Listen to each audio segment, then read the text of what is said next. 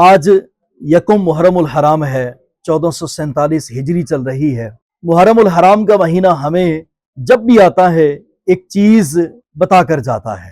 ویسے تو ہم سال کے ہر دن، ہر مہینے، ہر ہفتے، ہر گھنٹے، ہر منٹ میں وہ چیز یاد رکھیں، یہ ہمارا عقیدہ ہونا چاہیے۔ وہ بات یہ ہے کہ ہمیں اہل بیت کرام سے محبت، عقیدت، الفت، انسیت اور ان کی جو تعظیم ہے دل و جان سے کرنی چاہیے۔ اہل بیت کرام نبی پاک صلی اللہ علیہ وآلہ وسلم کے خانوادے سے ہیں، خاندان سے ہیں، اور ان کے بغیر نہ کسی کا ایمان مکمل ہے، نہ کسی کا دین مکمل ہے، نہ کسی کا اسلام مکمل ہے۔ یاد رکھیں جو اہل بیت کرام سے دور ہوا اس نے اپنے دین کو برباد کر لیا۔ یاد رکھیں جس نے اہل بیت کرام سے بغض رکھا اس نے حقیقت میں اپنے آپ کو برباد کر لیا۔